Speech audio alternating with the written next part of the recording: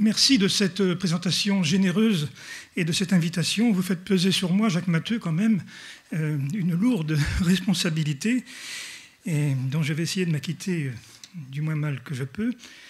C'est mal parti puisque je choisis, moi, dans le titre de mon dernier livre, d'utiliser l'expression « fin de vie » que vous avez décidé de critiquer, et à bon droit, parce que ce qui m'intéresse dans la fin de la vie, c'est la vie de la fin.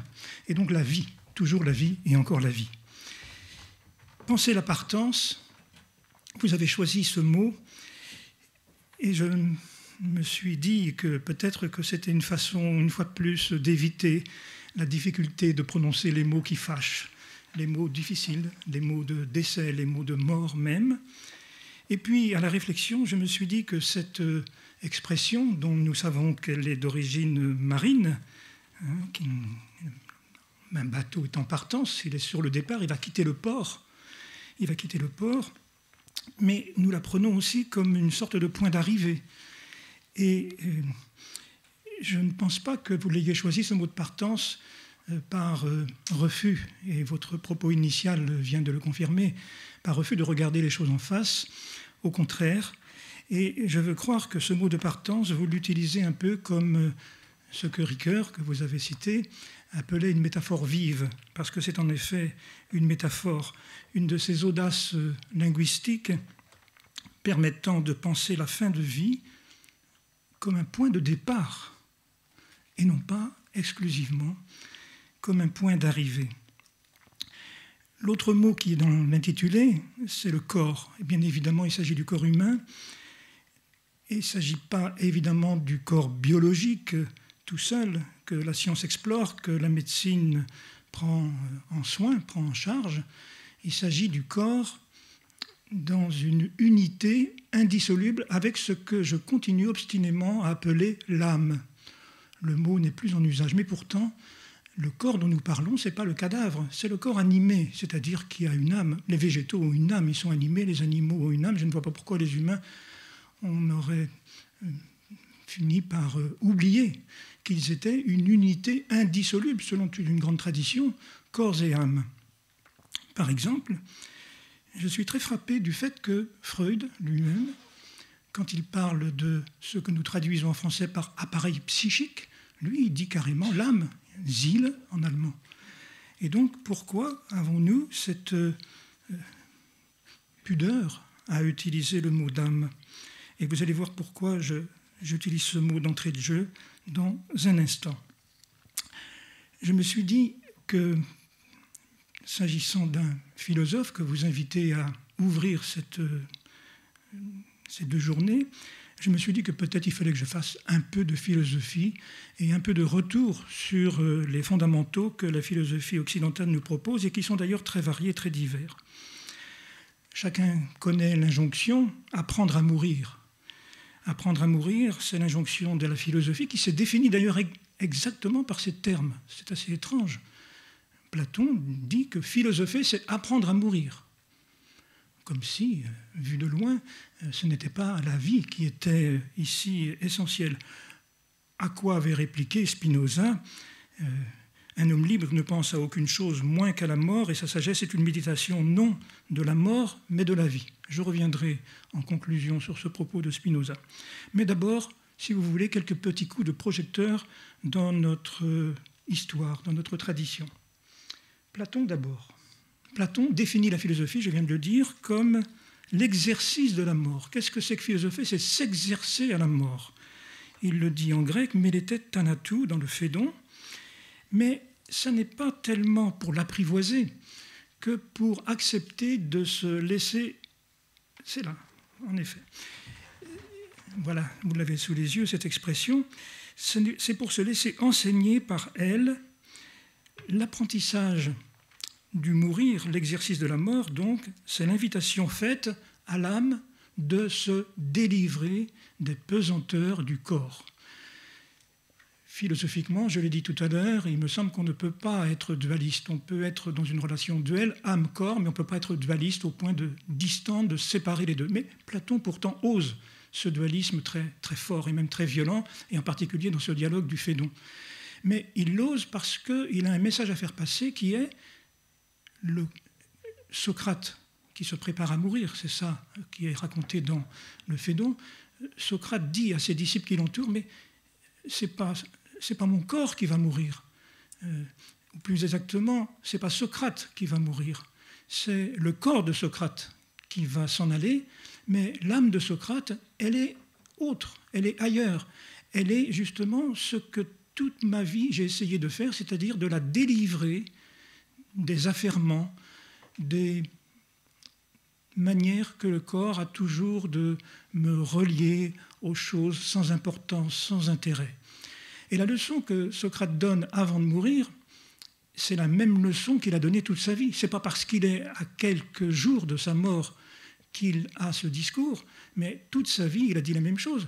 Nous avons à nous délivrer de ce qui est inessentiel. Qu'est-ce qui est important? C'est ce que l'âme est capable de contempler. C'est, par exemple, cultiver le vrai, cultiver le beau, cultiver le juste, cultiver le bien. Et ce sont des biens de l'âme. Platon a une expression récurrente qui est justement « il faut prendre soin de l'âme ». Alors il est vrai que c'est peut-être un peu, apparemment du moins, au détriment du corps, mais dans d'autres textes, Platon rétablit la balance, si on peut dire.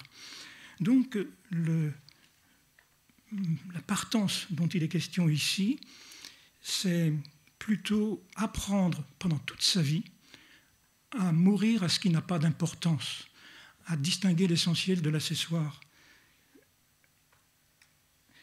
La partance, donc, c'est ce qui nous permet d'anticiper dans cette vie même, parce que la mort surviendra un jour, que la séparation du corps et de l'âme, ce n'est pas grave, puisque c'est au contraire ce que nous avons à faire pendant toute notre existence, à ne pas être obsédés par le corps. Peut-être que le message de Platon, dans une société où nous valorisons extraordinairement et sans doute excessivement les biens du corps, au détriment du soin de l'âme, peut-être que la leçon peut être encore entendue.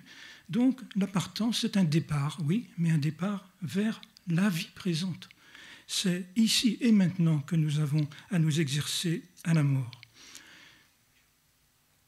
Deuxième coup de projecteur, je le choisis dans l'école d'Épicure, qui a une formule célèbre, c'est lui qui parle ainsi, « La mort n'est rien pour nous ». Changement de décor. Bien sûr, Épicure est un lointain disciple de Socrate, lui, à sa façon, et il veut apprendre à ses disciples à ne pas craindre la mort. Mais arrêtez de penser que pendant toute votre vie, vous avez un mauvais moment à passer qui sera celui de mourir, et ça vous gâche l'existence.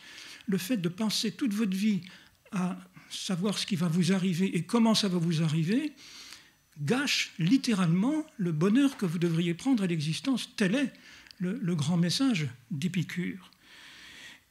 Socrate avait dit la même chose. Il avait dit ça ne sert à rien de se préoccuper de la mort, d'abord parce qu'on ne sait pas ce que c'est. Personne n'est revenu nous en parler. Qu'est-ce que la mort? Eh bien, nous n'en savons rien, puisque quand elle est là, moi je n'y suis plus, et quand je suis là, elle n'y est pas. C'est comme un jeu de cache-cache. Alors évidemment, il y a derrière tout ça une anthropologie, une philosophie chez Épicure qui consiste à dire que l'âme est mortelle comme le corps est mortel. Et donc, comme la mort, ça signifie que rien ne se produira, que nous arrêterons, nous abolirons toute sensation, toute sensibilité, toute aesthésis, pour parler comme lui, eh bien, à quoi bon s'en préoccuper? Il explique à ses disciples qu'il faut vivre du mieux possible en chassant ces mauvaises pensées que sont celles de la mort. La mort, c'est rien. Mais rien. Essayez de penser ce que ça veut dire rien. Vous n'y arriverez pas. Rien, c'est par définition quelque chose d'absolument innommable, impensable.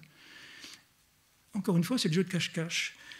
Penser le rien, c'est ne penser à rien, et c'est au bout du compte ne pas penser du tout. Encore une fois, Épicure ici donne une leçon assez magistrale, et en tout cas sur le plan du raisonnement, du syllogisme, il n'y a rien à redire.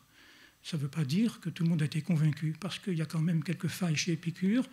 Je n'ai pas le temps d'en parler ici vraiment, mais par exemple, la mort d'un proche, ce n'est pas la même chose que la mort de soi-même. En tout cas, pour Épicure, la partance, ce n'est pas la peine de s'en préoccuper, ce n'est pas la peine de gaspiller son existence à s'en soucier, puisque elle n'est rigoureusement impensable. Elle est rigoureusement impensable. Il me semble qu'aujourd'hui, chez certains de nos contemporains, en particulier dans une certaine forme de vie militante, c'est comme si l'existence pleine et entière allait être accaparée par le fait d'avoir à mourir un jour. Je suis très surpris quand certains de mes amis, qui n'ont pas la même expérience que moi de l'accompagnement des personnes en fin de vie, je suis très surpris de les entendre me dire que la grande cause de leur vie, c'est de faire en sorte que l'instant du mourir soit autre que ce qu'il est aujourd'hui. Je conçois fort bien qu'il y a de vrais problèmes, et je m'en soucie aussi à mon niveau, mais le fait de passer sa vie et son existence entière à se soucier de ça, a quelque chose qui m'a toujours un petit peu étonné, et je pense à Épicure dans ces cas-là. Alors j'ai choisi un troisième coup de projecteur qui peut-être va vous paraître étonnant, puisque j'ai dit que je faisais un parcours philosophique, mais je vais le justifier tout de suite.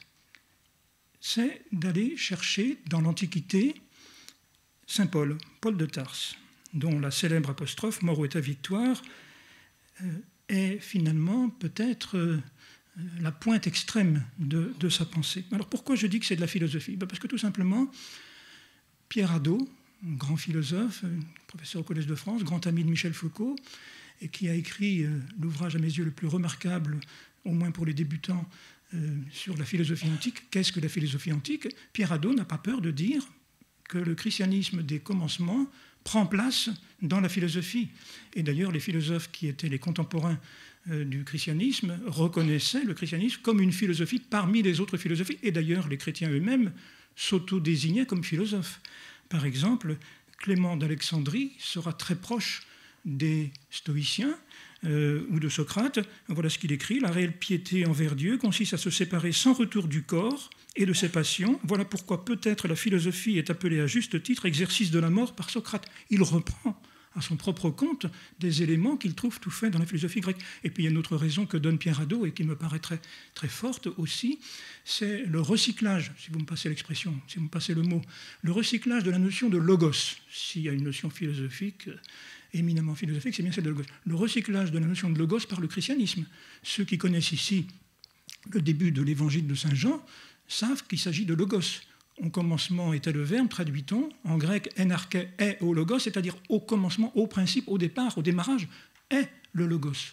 Et ce logos que les philosophes utilisent, Luc Ferry développe beaucoup aussi ce point-là dans beaucoup de ses travaux, eh bien le logos donc va être attribué à la divinité elle-même quand elle se fait chair. Donc il y a beaucoup de raisons pour considérer que le christianisme des débuts est également une philosophie. Mais quelle est la pointe extrême ? Quelle est la différence entre le christianisme et les autres philosophies ? Ce que Pierre Hadot appelle une philosophie révélée, eh bien, c'est la question de la résurrection.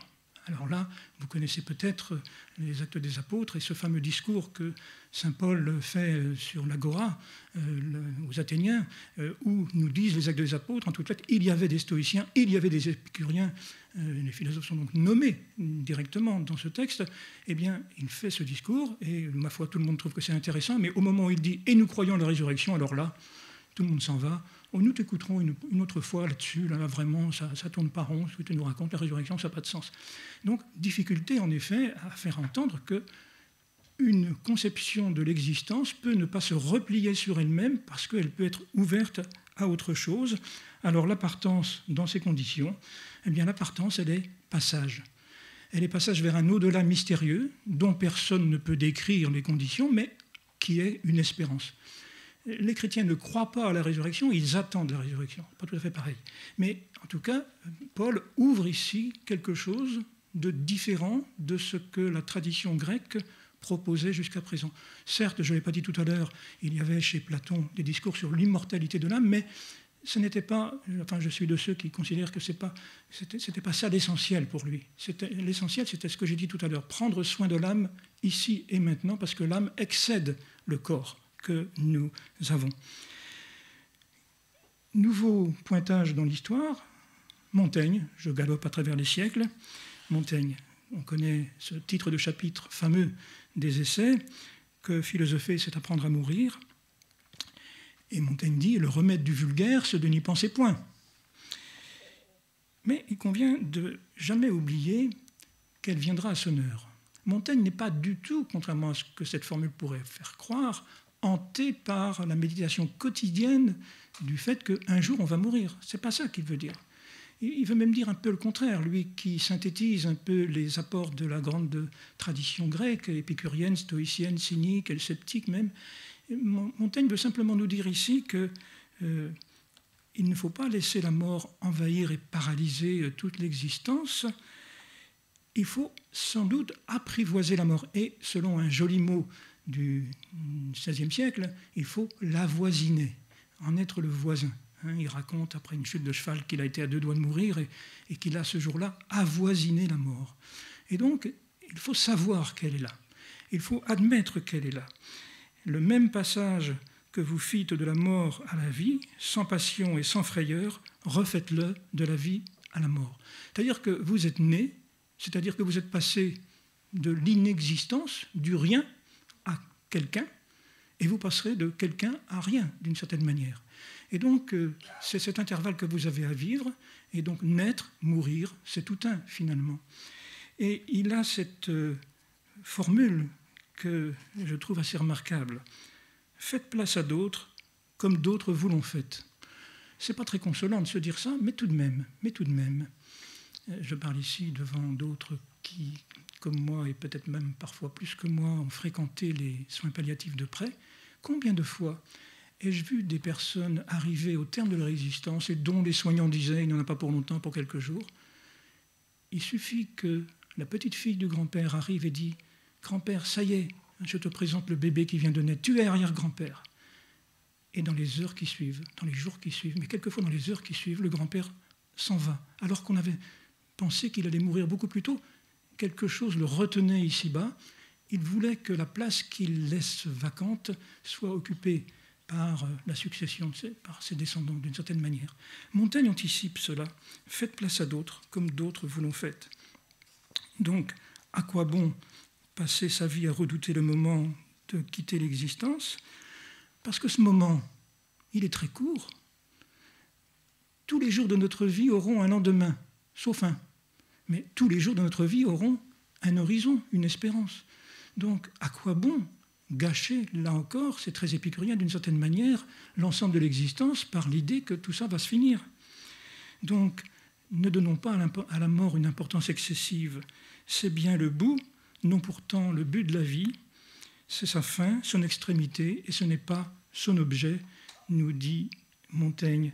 La leçon que j'en tire, c'est que c'est l'ensemble de la vie qui doit être pensé sous l'horizon de sa limite, sous l'horizon de la finitude.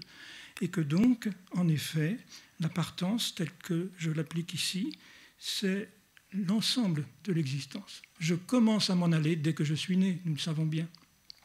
Donc, c'est l'ensemble de la vie qui est une partance. Philosopher, c'est apprendre à mourir, c'est-à-dire, en effet, c'est apprendre à vivre avec le fait que nous ne nions pas que la mort nous attend évidemment un jour. Je voudrais clore cette revue un peu historique avec un autre philosophe qui personnellement me touche beaucoup, c'est Kierkegaard, philosophe danois du XIXe siècle, qui a écrit cette formule que la mort a une vertu rétroactive. Je vais m'expliquer. Ce philosophe, Kierkegaard, s'est affronté à Épicure et à sa logique imperturbablement rationalisante, dédramatisante, et il lui reproche de n'être pas sérieux, c'est le mot qu'il utilise, c'est l'adjectif, de manquer de gravité. Kierkegaard dit, mais non, c'est pas rien la mort. Non, Épicure, tu nous fais croire que c'est rien, mais non, ça n'est pas rien.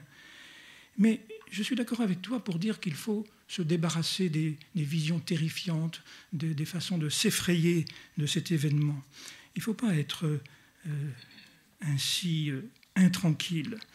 La mort imprègne la vie du sage, mais pour la transformer. Et c'est là que Kierkegaard a cette idée que j'aime à citer. La mort, c'est ce qui donne à l'existence présente sa saveur. C'est parce que nous savons que nous allons mourir que la vie a une épaisseur, que nous ne vivons pas à la surface de nous-mêmes. Le fait de savoir que nous allons mourir a une vertu rétroactive, dans notre existence elle-même.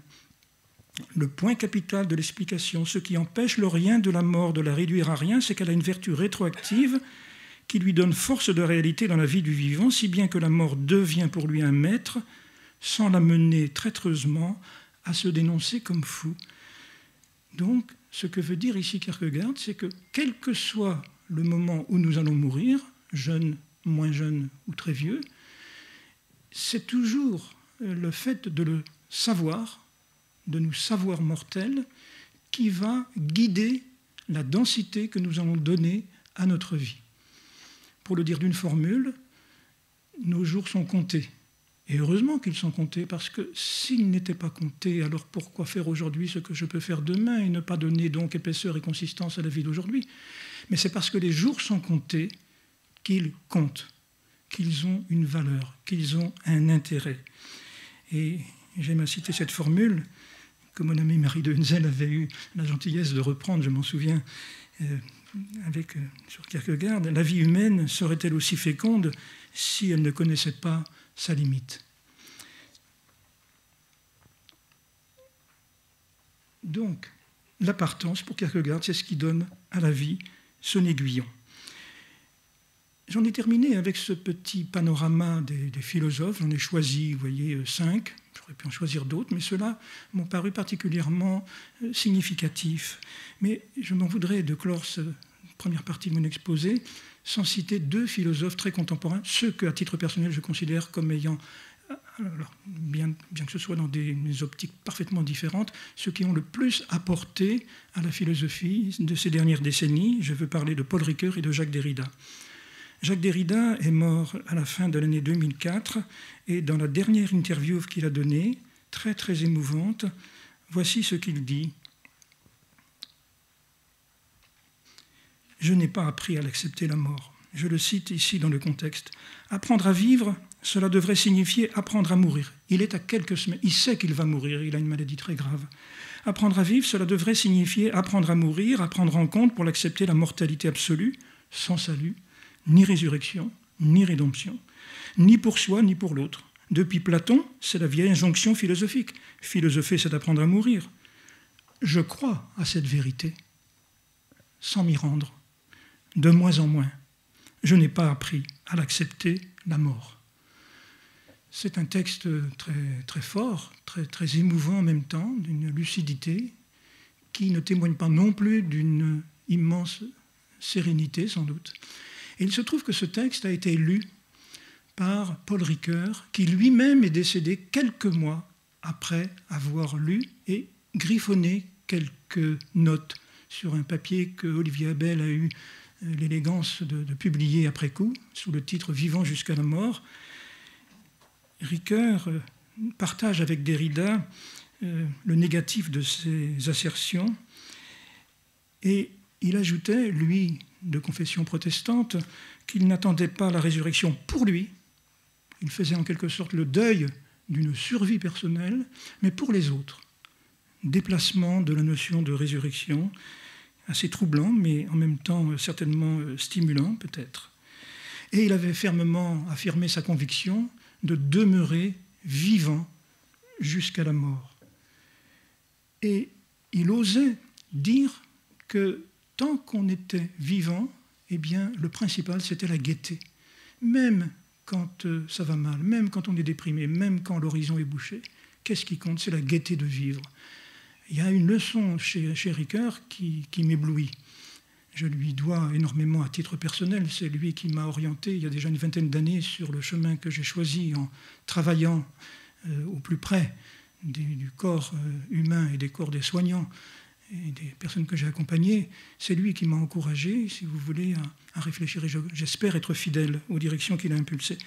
La gaieté jointe à la grâce espérée d'exister vivant jusqu'à la mort. Ricoeur a osé faire le deuil d'un vouloir vivre, d'un vouloir exister après la mort pour se concentrer sur cette idée d'être vivant jusqu'à la mort. C'est là qu'il faut revenir un petit peu à Spinoza et se dire quand même il s'est trompé. Quand il dit que la méditation de la mort n'est pas importante et que ce qui compte c'est la méditation de la vie, en fait, il faut lui dire, on est tous d'accord avec toi, Spinoza, ce qui compte, c'est bien évidemment une méditation de la vie, mais d'une vie qui se sait mortelle. Je vois mon chronométreur me regarder, je pense qu'il me reste quand même encore quelques minutes.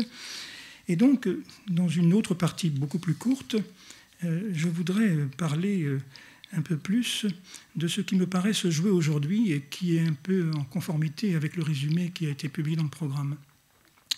La philosophie s'est donc toujours intéressée à ce que Platon appelle l'exercice de la mort, et je fais l'hypothèse suivante, c'est quasiment une thèse chez moi, que nos sociétés d'aujourd'hui ne s'intéressent plus tellement à ces questions que j'ai voulu prendre le temps d'évoquer avec vous. Elle a déplacé le centre d'intérêt, c'est un philosophe qui parle évidemment, sur non plus le fait de la mort, de ce que ça peut signifier, de ce que ça peut ouvrir, de ce que ça peut fermer, mais en tout cas de ce que ça peut inspirer. Elle a déplacé la question du souci de la mort sur l'angoisse de la manière dont la mort va se présenter. Oh, il y a bien des raisons objectives. Je n'ai pas le temps de les développer ici, elles sont assez connues. Progrès de la médecine qui prolonge la vie, passage de la mort à domicile à la mort à l'hôpital, modification de l'entourage, de la communauté qui encadrait la mort, etc. Enfin bon, nous connaissons tout ça. Mais quelque chose se passe ici qui est pour moi comme si le tragique de la mort devait être évacué au profit de ce que j'ose appeler la technique de la mort anticipée, de la mort décidée, de la mort choisie, avec un calendrier, avec un échéancier. Ça n'est pas la perspective que les traditions philosophiques, quelles qu'elles fussent d'ailleurs au demeurant, nous ont enseignées. Et je me suis demandé si la philosophie avait encore quelque chose à dire. Je me le suis demandé jusqu'au jour où, je parle à titre un peu personnel, mais c'est mon vécu, c'est mon histoire, jusqu'au jour où, m'étant intéressé au travail des soins palliatifs par le hasard de la vie, bon, là, ayant fréquenté ces allées, ayant rencontré tout de même des centaines de cas qu'on appelle éthique clinique, ayant examiné minutieusement nombre d'affaires très médiatisées, j'en suis venu à une conviction qui n'était pas celle que j'avais au point de départ, et qui est que justement, oui, nous avons perdu le sens de la vie parce que nous avons perdu le sens de la mort et que nous voulons nous en débarrasser de la mort, d'une certaine manière. C'est un peu ça le fond de mon hypothèse. Et donc j'ai été surpris de voir que la philosophie n'avait pas disparu du jeu, mais qu'au contraire, on l'avait invité à revenir quand précisément ces questions étaient revenues à la surface. Quand on s'est demandé, c'est une affaire qui remonte à quelques décennies seulement, quand on s'est demandé s'il ne fallait pas que la médecine et le législateur s'intéressent davantage à la mort. Je me souviens, quand j'ai été auditionné pour la première fois par les parlementaires sur ces questions, que les parlementaires attendaient beaucoup, de quelque tendance qu'ils soient d'ailleurs, attendaient beaucoup de la philosophie. Et donc, ils nous posaient des questions sur la dignité, sur la liberté, sur la compassion, sur le suicide. Je me souviendrai longtemps de cette première séance qui a marqué pour moi le début d'une collaboration avec Jean Leonetti, qui présidait à l'époque la mission d'information qui a donné la loi du 22 avril 2005. Je me souviens très bien de cette séance de fin 2003, où j'ai eu à répondre à toutes ces questions. Et je l'ai fait avec beaucoup de spontanéité et simplement armé par ce que ma tradition philosophique m'enseignait. Je ne dirai rien maintenant de la dignité. J'ai voulu mettre sous l'invocation de Montaigne les quelques petits propos très rapides que je vais tenir maintenant. Je redoute beaucoup plus les maladies lorsque je suis en parfaite santé que lorsque je suis aux prises avec elles. Mais ça, c'est l'expérience que je fais très régulièrement dans l'accompagnement des centaines de personnes qu'il m'a été donné de suivre depuis presque 30 ans. Plus l'échéance approche, et moins on est pressé de s'en aller. C'est un peu le sens de la fable de La Fontaine. Ce n'est pas vrai de tout le monde, mais c'est vrai de 99% des situations que j'ai eu à connaître. Quand on est en bonne santé, bah évidemment, moi le premier, j'ai la chance d'être encore en bonne santé, je n'ai pas envie de mourir dans de mauvaises conditions, et évidemment, et je préfère m'en aller plus vite, bien sûr. Et l'expérience qu'on apprend des personnes qui sont réellement dans ces situations, à la condition qu'elles soient réellement accompagnées, prise en charge d'une façon compétente, eh bien, non, pas tout de suite, encore un petit peu, encore un moment, encore une minute, monsieur le bourreau, comme on disait Dostoïevski, et comme le chante très bien d'ailleurs, je le dis en passant aussi, Carnat Bruni dans une très belle chanson. Bref, voilà que nous avons été interrogés, nous autres les philosophes, sur ces concepts-là. Qu'est-ce que la dignité, notion polysémique, j'y reviendrai demain, donc je n'en parle pas maintenant. Qu'est-ce que la liberté? Qu'est-ce que la liberté? Chacun d'entre nous ne sera pas puni s'il essaie de se suicider et s'il y parvient. Il ne sera même pas jugé de façon posthume. Ça a été le cas autrefois, il ne faut pas l'oublier, dans les siècles passés. Nous avons décriminalisé le suicide, et nous avons bien fait, bien entendu. Est-ce que nous l'avons approuvé? Ça, c'est une autre question. Quand les parlementaires m'ont interrogé sur le suicide, j'ai répondu, je n'approuvais pas et je ne désapprouvais pas. Je ne vois pas au nom de quoi je critiquerais quelqu'un qui a décidé d'en finir. Je ne vois pas au nom de quoi, vraiment, vraiment. Mais je ne vois pas au nom de quoi je dirais, oui, c'est très bien, va-t'en. Il y a quelque chose qui résiste ici quand on est en tout cas du côté de l'accompagnement, quand on est du côté du soin. Alors je sais que lorsqu'on est du côté de l'amour, de la fusion, éventuellement, on peut voir les choses un peu autrement, je le sais. Mais en tout cas, telle a été ma réaction au Parlement. Et depuis, j'ai beaucoup réfléchi à ce qui avait été une sorte d'improvisation, ni approuvé ni désapprouvé. Et je me suis aperçu finalement que c'était peut-être une position qu'on pouvait rationnellement défendre et que je continue à défendre. C'est une ligne de crête, bien entendu, bien entendu. La liberté,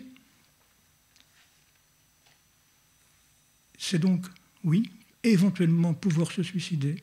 Est-ce que ça doit devenir un devoir de l'État de donner cette possibilité? Là, il y a une vraie question. Elle est difficile, elle est délicate, vous le savez, la Suisse et puis quelques États aux États-Unis donnent cette possibilité. Les Belges vont plus loin puisque, avec les Canadiens, ils permettent aussi aux médecins de donner la mort expressément. Des questions restent redoutablement ouvertes. Je n'ai pas le temps ni le loisir de les aborder, mais j'ai appris des juristes qu'il y avait une distinction à faire entre une liberté, qui n'était donc pas une infraction, qui n'était pas réprimée, et une créance que l'on devait pour que l'on exerce telle ou telle liberté. Sans doute que j'en parlerai un peu plus demain. La compassion, puisque c'est au nom de la compassion le plus souvent que l'on veut permettre à des personnes de s'en aller. Vous souffrez et donc je ne peux pas vous accepter que vous souffriez pareillement. Et donc je suis compatissant. Et c'est la raison pour laquelle je trouve légitime de vous donner le poison mortel, voire de vous faire mourir. Là aussi, ça m'a obligé à reprendre un peu mes fondamentaux, à retravailler mon histoire de la philosophie. Je l'ai fait dans un tout petit fascicule qui s'appelle « Du bon usage de la compassion » et j'ai depuis beaucoup développé cette question dans de nombreux articles et dans de nombreuses conférences. Et il me semble que la compassion, souffrir avec, être présent à la souffrance de l'autre, vouloir la diminuer, vouloir autant que possible la soulager, ça n'est pas la même chose que d'être en fusion avec l'autre. La compassion, c'est aussi ce pas de côté, cette distance. Je ne suis pas en coïncidence avec l'autre. C'est ça que j'ai appris du travail philosophique que j'essayais de faire sur la compassion ces dernières années. Voilà, si vous voulez, l'essentiel de mes remarques, et pour vous dire que la philosophie n'était pas absente des débats contemporains. C'est vraiment ma dernière diapo, mes deux dernières diapos. Vous avez cité Robert Badinter tout à l'heure. Alors, j'avais été auditionné une autre fois au Parlement en 2008 pour évaluer la loi, justement. Badinter intervenait dans la même session que moi. Et j'avais été absolument ébloui par la manière dont il avait traité cette question lourde, délicate. Le droit pénal n'a pas qu'une fonction répressive, mais il a aussi une fonction expressive, et à ce titre, il doit traduire les valeurs d'une société. Valeurs expressives, valeurs répressives. Dans une tribune que le journal L'Humanité m'avait demandé d'écrire, j'avais cité ce propos de Badinter. Et j'avais également cité celui-là. Voilà ce qu'il avait dit, et qui fait qu'il y a quelque chose d'assez étrange, et qui montre que ces questions devraient transcender les clivages politiques, transcender aussi, je pense, les options religieuses. Alors, voici ce que Badinter, qui a donc, comme on le rappelait tout à l'heure, préfacé le livre de Leonetti, un homme de gauche, un homme de droite, voilà, peuvent s'entendre sur des questions vitales, sur des questions essentielles.